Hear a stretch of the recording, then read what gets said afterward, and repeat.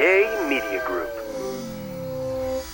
Then you get into the real world and they send you 3 pages of like soap opera or sitcom or what, and you're just like, what? What do I do? What do I do? How do I break this down? Yeah. Right? What is my motivation? I have no idea. Like, how do I even make it like sound like it makes sense? I don't know.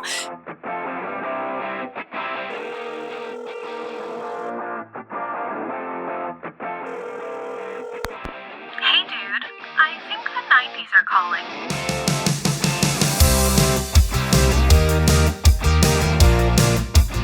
Hi, everyone. Welcome back to Hey Dude, the 90s Called. I am Kristin Taylor, and I'm here with my partner in nostalgia, David Lasher. Yes. What's up, Kristin Taylor? David has a visitor with him today. This is the new star of the podcast, Yes.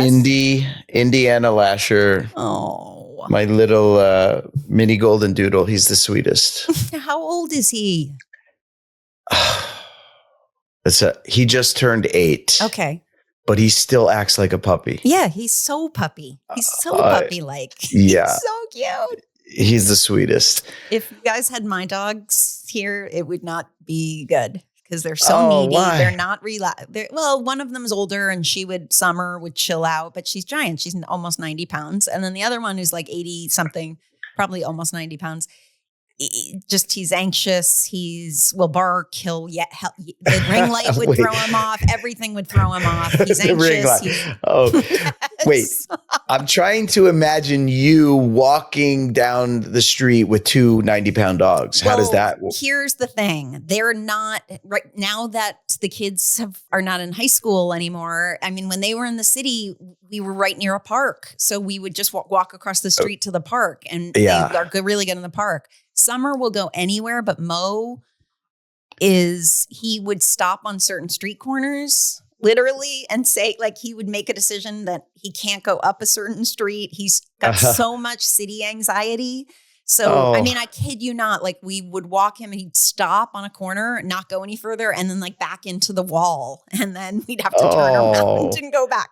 So he gets to live up, I come in to do the podcast in the city and I get some work done and I do things here, but we're really we try to be mostly when you go outside upstate, that you can just let them out and they run around. Yes, okay, they got get it. the run of it's their house for sure. Got it. Yeah, how's everything going? Summer, good? Everything good? Yeah.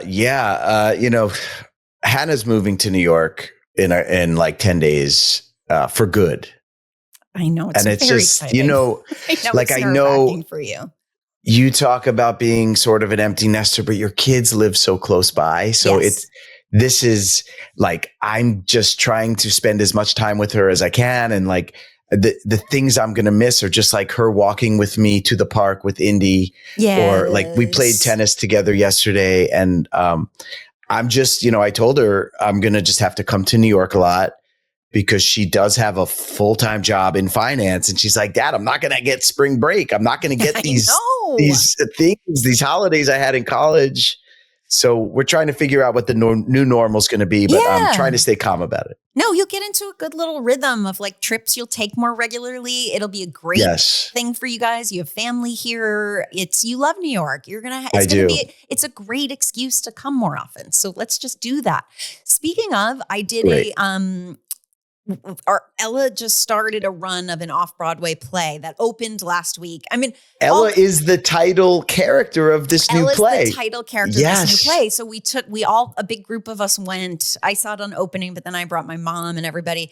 And just the New York of it, because like it's near Union Square, this little they call it off-Broadway theater, which basically means it's just not on Broadway. It can be anywhere in the city. But it's a nice theater. It's a great little theater. Yeah. But this summer in New York, it was like after the show, there's this ice cream place on the corner of Irving Place and 19th Street. I think it's called Pana or something, but it was this super hot in New York City right now. And we got everyone got ice cream and there was a line. It just felt fun. So talking about the play. That was my segue into you are going to, you got to come to New York and do more of fun things like that. I know LA, I love LA too, but I think you're going to use this as an excuse to come here more. So that New York vibe is something I will always miss. And speaking of which, why don't you talk about perfect segue? Yeah, talking queens of New York, and the quintessential New York experience. Our guest today.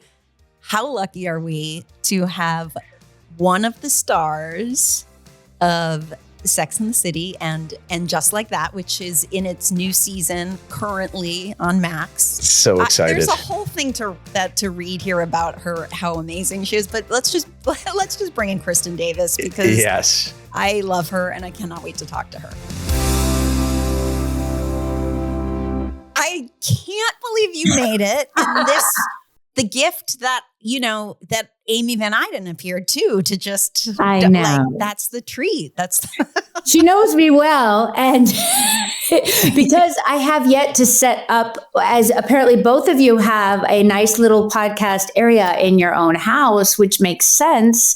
I do not have this. Wait, so where do you do your podcast? I go to Burbank sometimes to iHeart, and then they very, very sweetly set up a Brentwood arm for me. So sometimes I just roll down the hill because my house is a mess and sometimes my kids are around. No, for sure. When you've got kids in the house, that's a very, very difficult. So ours are older and rarely around. Yes. Most are out. But your interviews are in person, right? Yes, I love them to be in person. Christine, I could not have in person. So occasionally, if the guest is so amazing that I have to have them anyway, I do it on Zoom. And she was amazing over Zoom. But yeah, I'd like to be in person. I wish I had my Murakami pillow here, David. Oh, thank you for noticing. Yeah, we can fit right in. I have a few of them. My kids, I think, have them. I love them so much. I know. They're so happy, aren't they? They are. And it's very, I wore my Good Vibes t-shirt for you. It's kind of a little bit similar. Very similar. Yes. And I have some Murakami. Now I have those bags from the 90s. I have to get them back out. I mean, or 2000s? I don't know. You are so iconically 90s. And also, by the way, I will say, and it's not like any of our listeners need to hear this because they are currently watching you on television and they listen and watch your podcast. You don't age. And that is the honest to God my truth. God. You're so sweet. I don't feel like that's true, but thank you. Thank you. I know, it doesn't sometimes feel it, but whatever, all the things sometimes having kids keeps us young. Right? I definitely think that's true for sure. And I also feel like doing new things like podcasting, for instance, like just starting new things where you feel like a beginner. I think that's really important. Yes. Oh, so true. Yeah. Leaving your comfort zone. Yes. Are you enjoying the podcast? Because I mean, it's so fun. I listen to a bunch of them. Oh, that's so sweet of you. Thank you. I do enjoy it. I have to say, I don't think I really understood what I was getting into. It's so much more. People are like, oh yeah, you just, put it out in your house and you're just talking no, it like rules my life at this point because I want it to be good. Of course, you guys understand. I want it to be the best that it can be.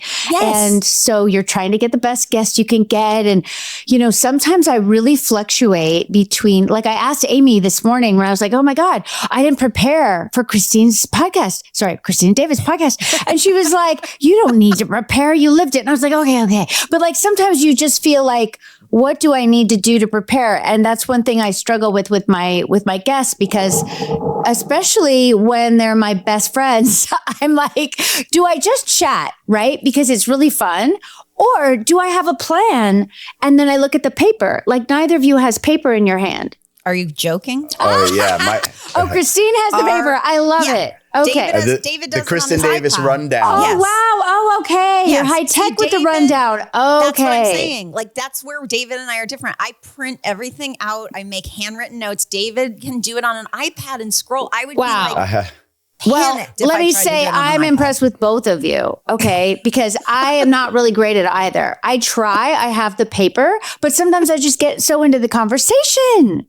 Well, that's what we do. Yeah, that's always what happens for us. And that's where the best stuff comes, when it goes off on little tangents, you know? That's what I think too. But then I made the mistake of looking at my comments for the podcast, and some people were like, "She's very disorganized." I was like, "Oh no." Oh no. I know. David, did you read? I read when we first started ours. I read all of the comments. You did? There were some. Don't you guys know you never read the comments? Now I've learned. I mean, we know this, but like intellectually, you know it, right? But I think it's something different when you're starting. It's like starting a business, you know? Like, how do you know how you're doing? You have to get feedback. Let Amy read the comments. You have a buffer. But you know what happens is you read the first 10 comments and they're very complimentary. Yeah. And you're like, this is great. And then all of a sudden it's why is she laughing so much? Definitely. You know, or there's something negative and you're like, that's it. I close it. I'm not looking. Exactly. I think I heard someone say her voice drives me crazy. I can't listen to their voices. And that's not helpful. Well, then that's not really the podcast for you if you don't like It's so true. voices. It's so true. Someone said in the beginning about me, she's definitely not a podcaster. And I was like, oh, God. I was like, wait, what does that mean? Like, exactly. Yeah, what does that mean? I don't know. Everyone has a podcast of every variety. You know what I mean? So I did in the beginning, my score was 5.0, right? In the very beginning. So I was like, oh, yay, it's fantastic. Then it went to 4.7. And being the wacko perfectionist that I am, I was like, what? Who said something bad? And then I read them and then I had to get over it. But I am trying to I do feel like a learner, a beginner. You know, I want to do the best I can do. I mean, I guess that's it. So I'm trying to figure out what that actually means.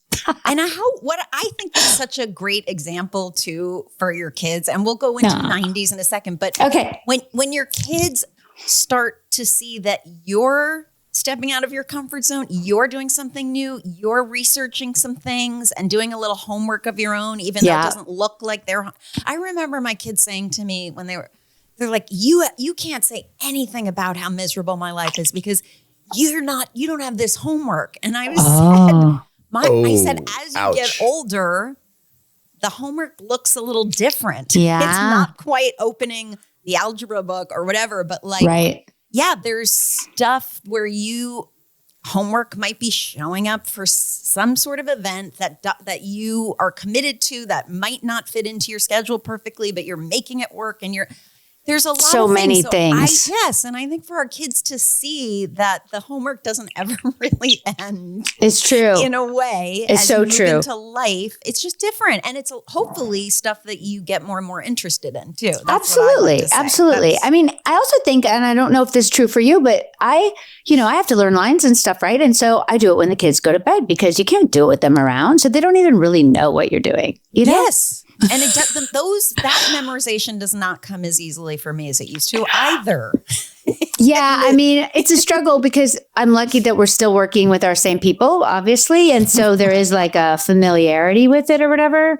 And I think I've gotten more disciplined as I've aged because when I was younger, I had this really crazy fear.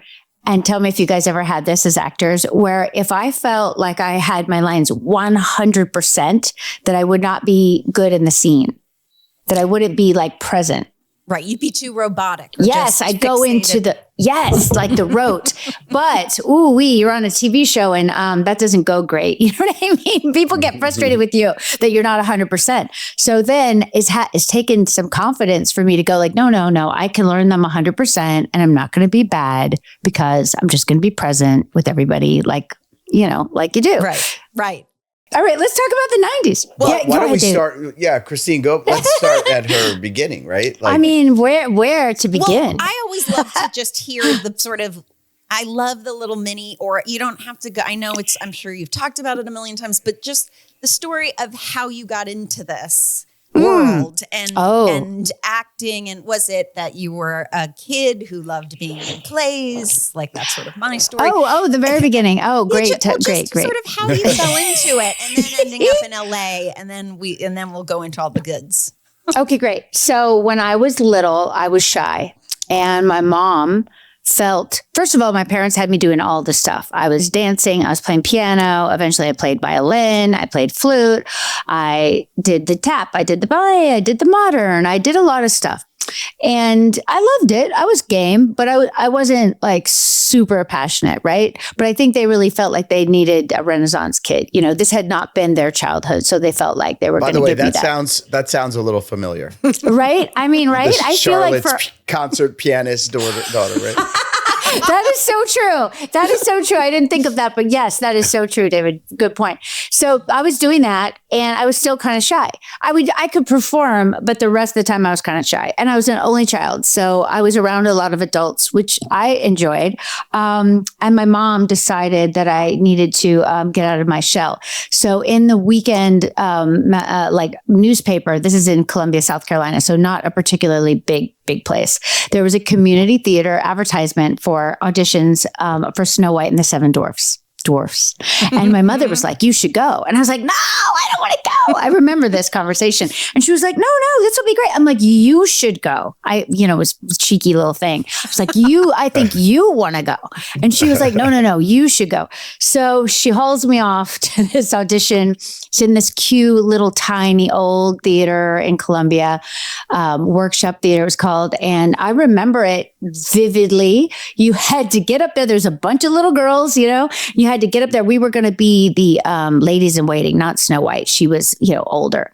But you had to get up on the stage and they had you. It was such a good beginning because it was, mortifying as many auditions can be. You had to get up on the stage and they had you turn around like sideways and then to the back and then like, why? Little children. Do you know what I'm saying? It's insane. Like a chorus line or something, right? I know. But turn. I did it. Exactly. Like they need to see your rear end. Come on. Come on. Like what on earth? So I did it. And then, and I got a little part and I had two lines. One was, I'll go. And that was good. That was convincing. Thank you so much. But the thing that I would do is I would jump up and down because I would be so excited that it was finally my line. Because I would have been standing there for a really long time by this point with my hands in like a little like this thing, So I would jump up and down. I'd be so excited. And they'd be like, stop jumping up and down. And I'd be like, well, I'm very excited to go. I had my motivation, right? And they were like, no. Just hold still. It was all so indicative of literally my entire career. So I got that part and there's no turning back. I was hooked. My mom was kind of shocked. My dad, who was a professor, was very shocked. They did not think they were somehow creating a little theater kid, but they did. And then cut to time to choose colleges, which of course they felt like, oh yes, she must go to a good school. You know how it was back then. And I was like, no, I want to move to New York. And they were like, no.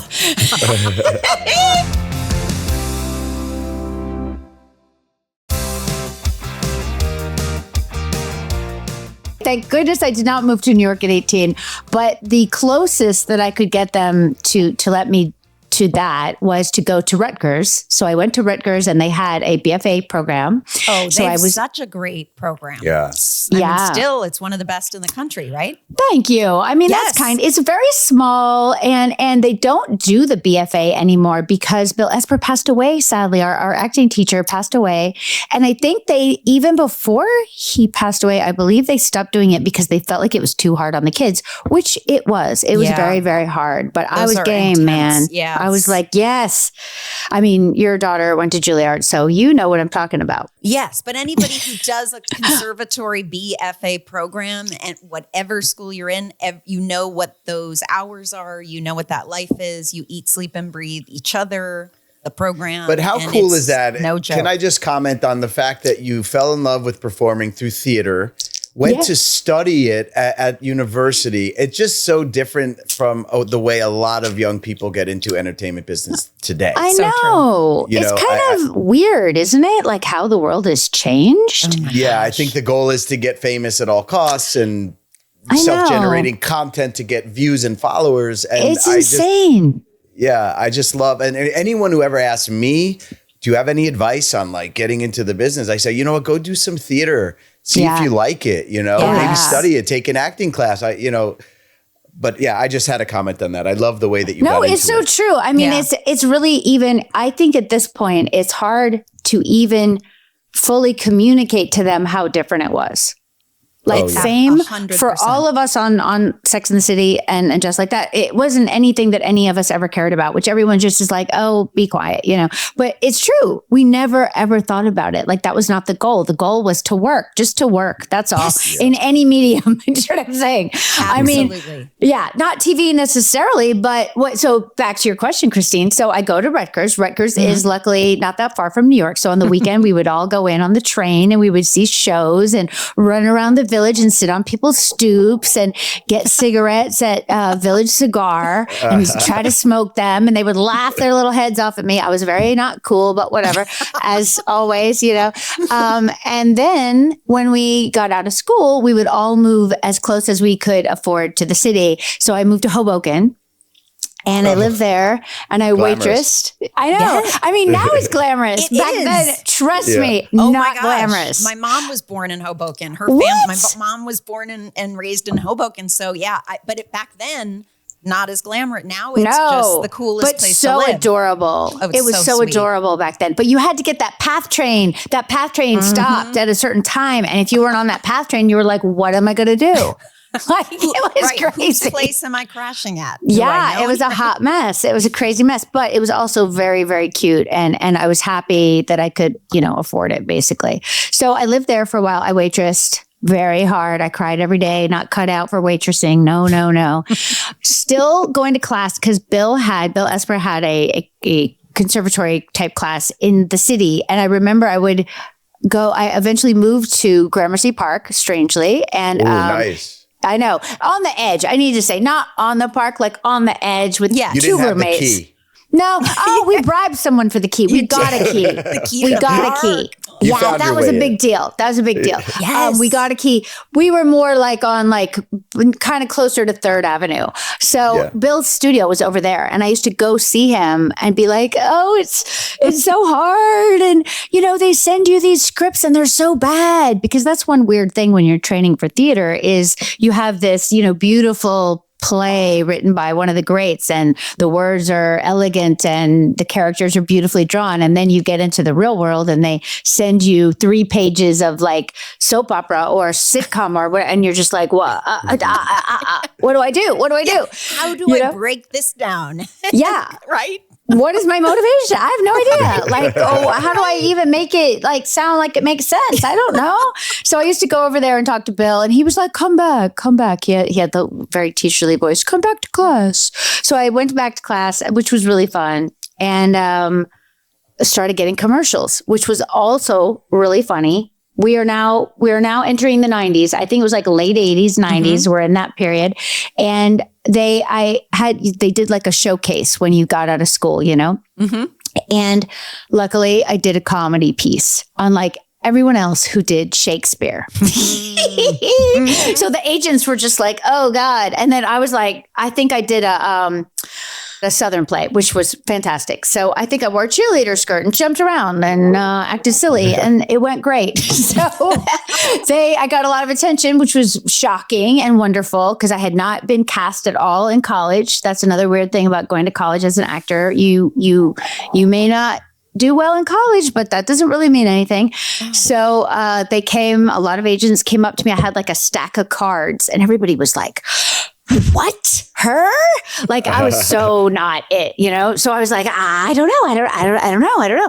So this one agent who was a commercial agent who I perceived as being a commercial agent for models. That's how I looked at that agency, like tall, beautiful, perfect girls were there. Mm-hmm. And they were like, we really think you could do well. And I was like, no, I'm not commercial. I would say those words. Like it was so interesting to think back like on your self-limiting ideas. You know what I mean? Right. I would literally look at them and be like, I am not commercial. And they'd be like, oh, little girl, just trust us. I know. And I'd be like, I'm not. Anyway, this went on. But luckily, these people hung in there and talked me into going on some of these auditions. I would be sitting in a room with all these girls I recognized from like the J. Crew catalog or whatever. I don't even know what it was then, but Abercrombie and Fitch, whatever it's called, interesting. You know, I would just be like, I'm not going to get it, but I could speak. Whereas maybe the models, not so much, right? So sometimes I would get the commercials and then you would get the checks. It was awesome. Oh my God. that kept me in the game in a way that gave me some hope, I guess. And, just made me feel like, yes, maybe someday I could make a living. So I stayed in it. And then I really wanted to do theater. So I went and I did a play at Cincinnati Playhouse in the Park. I did Much Ado About Nothing there, which was really fun, but you make no money doing regional theater. Yeah. So I thought this is a kind of a hard lifestyle, like going and coming, and being uprooted from your life, and then you're going off and you're not even.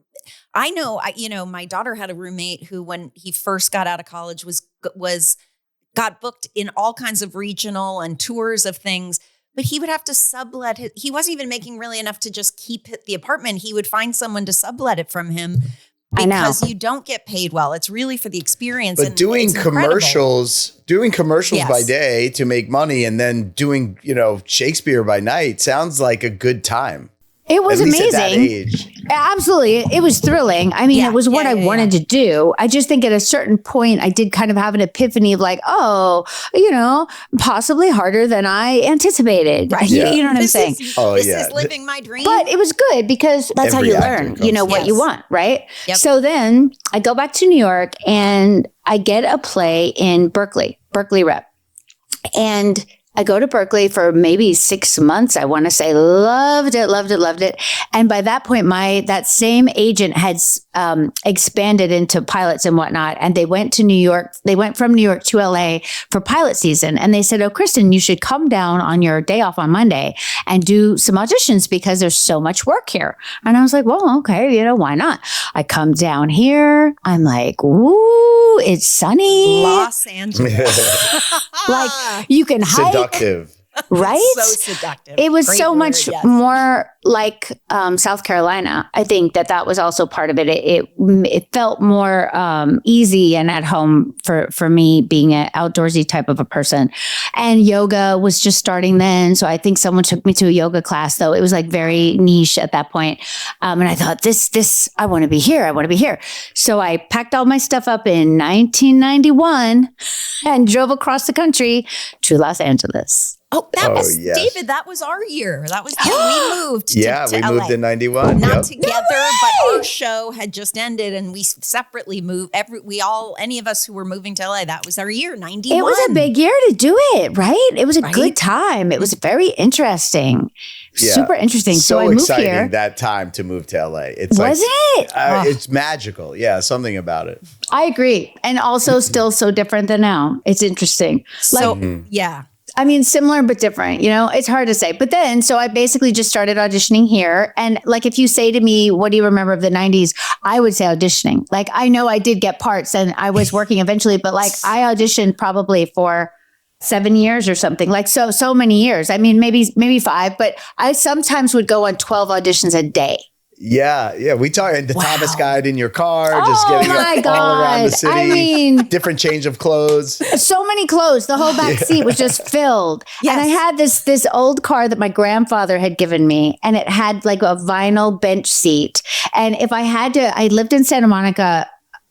Yes, because I wanted to be by the beach in an apartment, and I had to drive over the hill a lot, and the car could not have the air conditioning on at the same time I get over the hill of the 405. No. So sometimes I'd be really sweaty when I got to wherever I was going. So I'd have to like swap down and change the clothes and look at my makeup and then change the clothes again. And I mean, the Thomas Guide, how did we do it, you guys? My God. I mean, I'm sure we can get them. We've said this, so that you can get it on eBay, but I just wish I kept mine with like the tattered, so tattered. Pages would fall out. Book. But we were resourceful. Ask a kid to put away his Google Maps and try and get anywhere. No, I know. It's interesting and scary at the same time. You know. Mm-hmm. But yeah, I was doing all that. And I remember I felt like I just lived at the Warner Brothers casting office, in Burbank. Building 140. Right? Do you remember that big waiting room? You'd see everyone. And then you would occasionally see the stars of the show on the lot walking through. And it was like, at that time especially, and I know you did Friends and ER and you did guest, but I remember you would look around and you'd be like, there's no Wiley. There's like you would Totally them or you know what I mean on their lunch break or something, and it was like, so cool. So cool and so like a company town in a good way. You know, it's just the job is entertainment rather than building cars or whatever. You know, I don't know if it's still like that though, and I feel sad about that. Well, the studios are pretty empty right now. I know. It's horrible. From what I've experienced. And the auditions certainly are not. Because Warner Brothers Studios in the 90s, I have to say, because I worked there a few times. It had Friends. It had ER. All the Marta Kaufman shows were there. I mean, Jessie at the time was... Oh, yeah. And Veronica's Closet. On a Friday night at Warner Brothers Studios, it was like vibrant. It was hopping. Totally. Yeah. When I did ER, and I remember I think I had to audition like 4 times and I had 2 scenes with Clooney, but it was, it was the first season. It was like a big deal. Mm-hmm. And we walked over to the Friends set and sat and watched them rehearse one of the Thanksgiving episodes, which was, one of the Thanksgiving episodes are always great. And it was exciting, but you had no idea really the scope of it. You know what I'm saying? Mm-hmm. Like it was fun and exciting, but like those were your peers. Like I did yoga with Courtney, and I remember Courtney after she had done, we were at Yoga Works, the original Yoga Works in Santa Monica. And there was this early morning class. All kind of out of work actors would come. Like it was a good looking class. You know what I'm saying? Yes. A lot of people were there. And it could have been the power yoga. There was this power yoga phase of this dude. Oh my God. Don't get me started. But it might have been that. And we would walk out. We'd be so hot when we left. We'd sit on the curb at the parking lot and just chat. And she was like, I just did a pilot and I feel really good about it. Does anyone want to come to the Porsche store with me? And we're a bunch of out of work actors. And we're like, no, thank you. Like that's a lot of confidence. That was going to be her gift to herself. Oh, yes. Wow. That's how good she felt. And she wasn't wrong. She really wasn't wrong. She really wasn't wrong. And I believe I had read for that part. So I was like, yeah, I get it. I get why they cast her. Yeah. Isn't it so funny when it's the, auditioning for anytime we have guests on, I always love talking about the things that I had auditioned for. I love it so much. I told you on your podcast that I had auditioned for your role on Melrose Place. I think literally everyone did. Like literally everyone. Well, yes, it was that spelling time where. Oh my God! The joke is, I keep repeating this. Sorry, listeners, but it's okay. I auditioned for every single solitary Aaron Spelling series and pilot that there was. I would always get to like the last group. I would be in his office and never was cast. Yeah, Christine thinks the spelling company had a grudge against her. For sure. No, it just didn't take. It didn't take. That world was really weird, Christine. Yeah, well. I mean, there was never a moment of feeling confident walking up there because it was like, this is just, everyone is beautiful. It's true. And after you got the job, beauty. There was never a moment feeling confident after you got it. Do you know what I'm saying? Is that true? Really? You never got comfortable on the Melrose Place set? No. Oh, wow. I mean, where to begin? No. Yes, First of all, there was like 15 people in that cast at that point. Like I remember the photo shoot we did. It was, oh my God, I'm going to try to think of his name. It was a photographer. I'm sure you know Christine and probably you too, David. He was great. He was a big deal at the time. And he had done this elaborate board because there were so many of us where he had taken like different advertisements and photographs that he liked and cut out like your kind of vignette within this massive photo. And Andrew Shue and I were going to be like the Calvin Klein eternity ad, basically. So we had to try to look like, like Christy Turlington on the beach or whatever, like kind of serious. Sultry, but like kind of elite, sultry. I don't know how to put it. Demure. What was that guy's name? I'm going to think of it. But there were just so many people. Yeah. And I felt, and I have obviously seen all these people since then, and so many of them are so lovely. But at the time, no, everyone was fighting for their lives, right? So at the time, it was competitive. It right? was. Yes, it was competitive. So I had my friends within, like Marsha Cross and I were close, which was wonderful.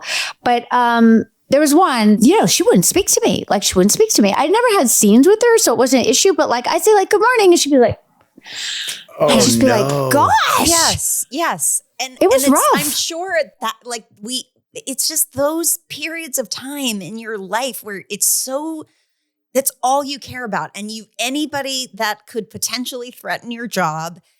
And I'm sure, we've all been on sets where we've had that experience where it's like, oh, I don't think they love that I'm here, but I'm only here for like guest star or whatever. Right. And sometimes they weren't the nicest on certain sets, and other times wonderful. But I feel like it was a period of time. And then I guarantee you now, 30 years out of it, everyone looks back and is like, oh my God. What an idiot I was. I mean, honestly, I don't know. I've seen this person. Right. She's very nice to me now, right? So I don't know. And sometimes I'm like, does she remember that she was not nice to me? Like, I bet she does. I bet she does. You think so? I don't know. I find though the most talented, secure actors are the opposite. They are so welcoming, and they set the temperature make everyone feel comfortable, especially the people who are coming in that are new.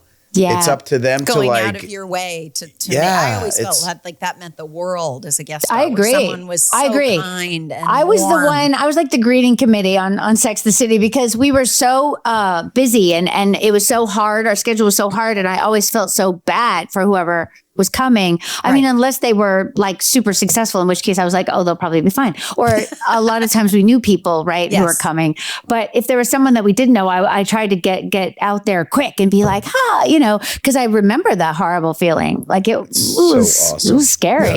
Yeah. But the nice thing on Melrose, so Melrose was intimidating in, so many ways, obviously. I mean, I grew up being, watching all the Dallas and Dynasty and blah, blah, blah. Yeah. Exactly. So it meant a lot to be on there. And obviously it was just a job also. Like at a certain point, you're like, I have won the lottery. Like I have a job. I cannot believe it. It's amazing, right? From a young actor perspective.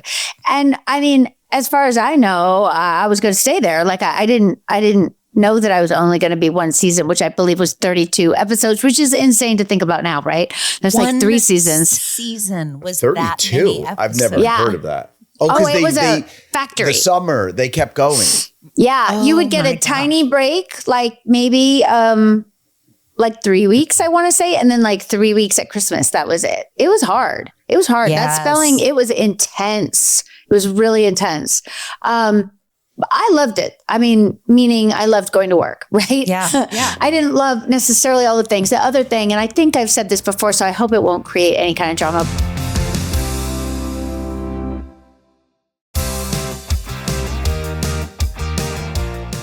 I was very excited to do really the best work I could possibly do on that show. I laugh now because I really should have calmed down. You know what I'm saying? Too excited. I was very excited at all times and really just trying to make it good, right? But I mean, isn't that what you're supposed to do? But on the other hand, I don't know that I really understood the genre that I was in. Let's put it that way. Right. So I would there go were and other priorities. There really little boxes that needed to be checked before the performance was the number one. It's so true, Kristin, but no one calmly explained that to me. Do you know what I mean? Right. And when Darren was there, because Darren Starcast me, he was around, he was in that meeting, because you must remember that crazy office with the fish tanks and everything. The spelling office was like a wacky time warp. Intense situation.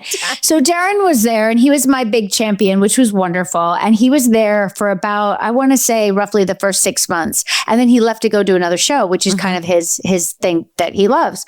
And I was left there with the other guys who were running the show who are like, we don't know what to do with that girl. Like, why do we have that girl? You know what I mean? Also so many people, what is the right? Exactly. Right. And also just from a character's perspective, I think that Darren thought that Brooke, her name was Brooke, was funny, which is nice, and was kind of a fun element to add to that show. So there were some episodes in the beginning where I kind of got to, it's not like anyone was writing jokes, mind you, but a little bit of I don't know, character.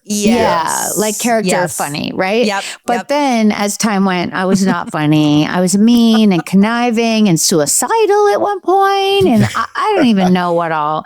That sounds more like Melrose Place. I know. Conniving. I mean, drama. It's true.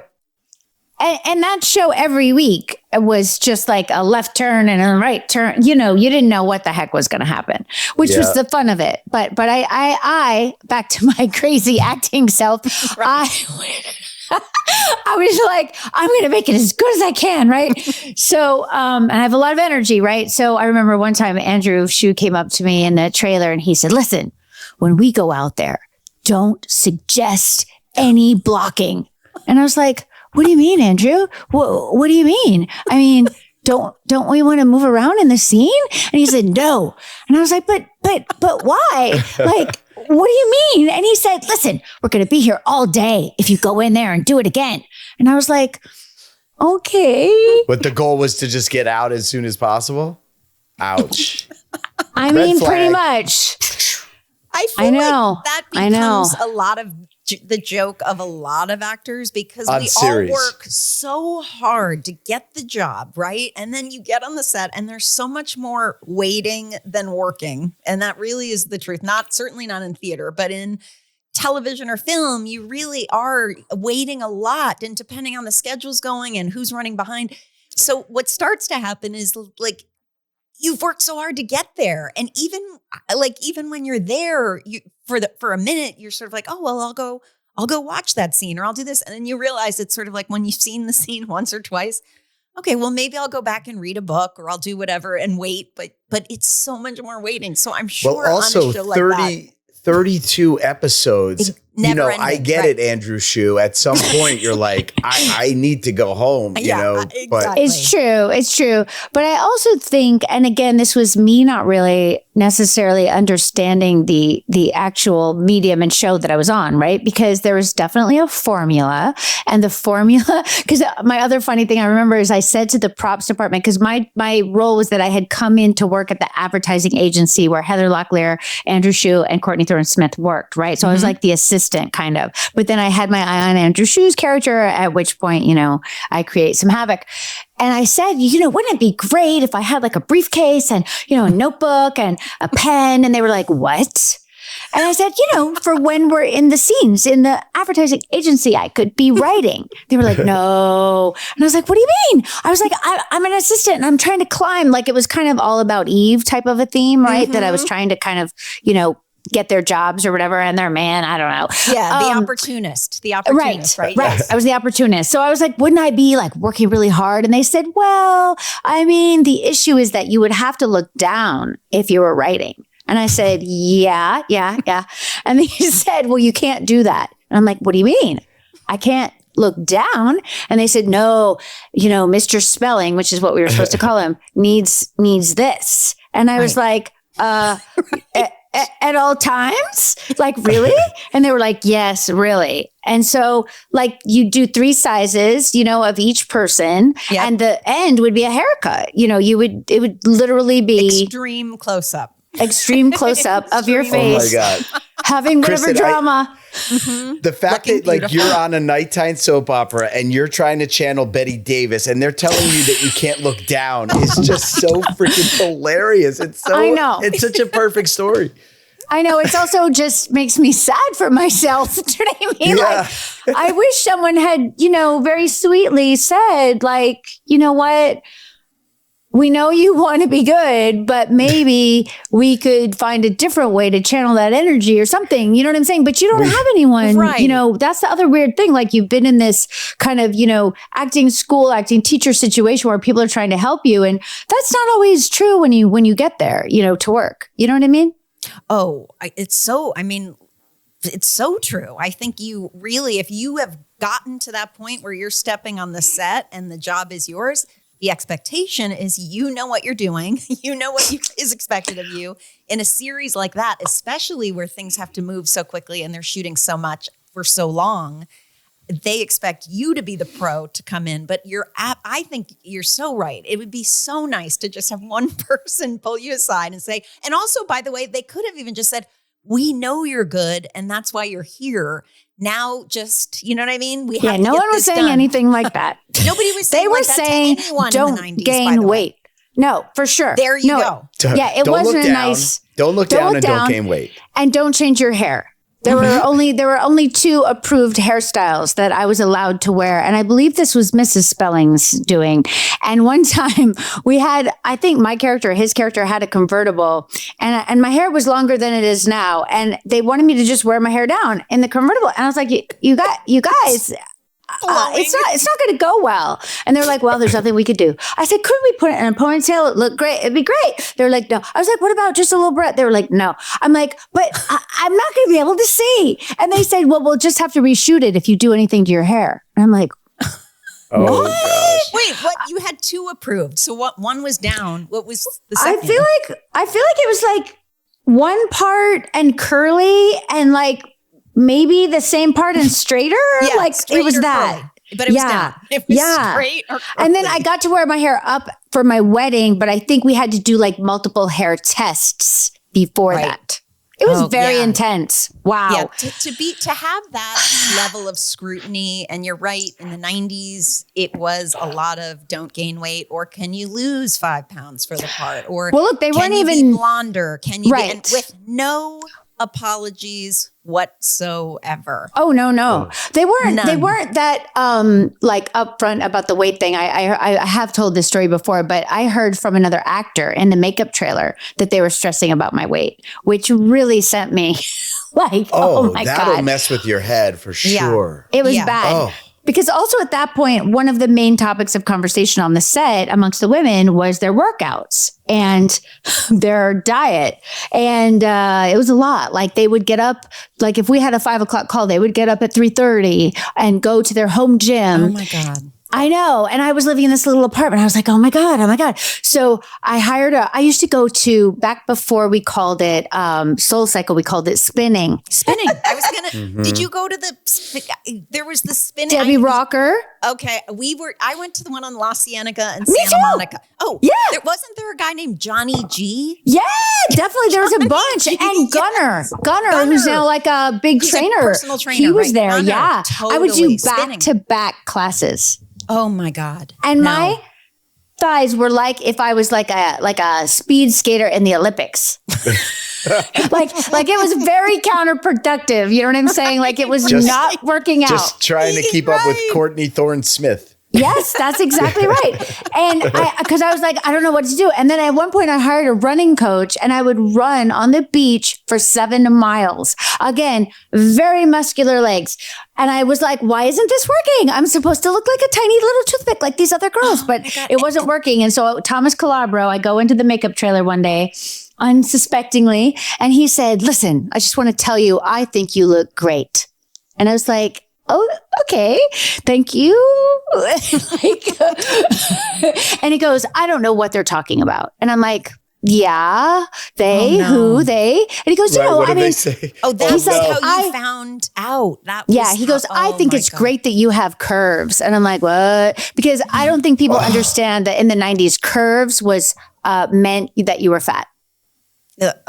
Do you remember this? Do not remember this, guys, Christine. Oh, yes, but he thought he was giving you a compliment. The Brady Bunch movie. Yes. Exactly. No. But listen, curves was curves, subtext fat. Okay.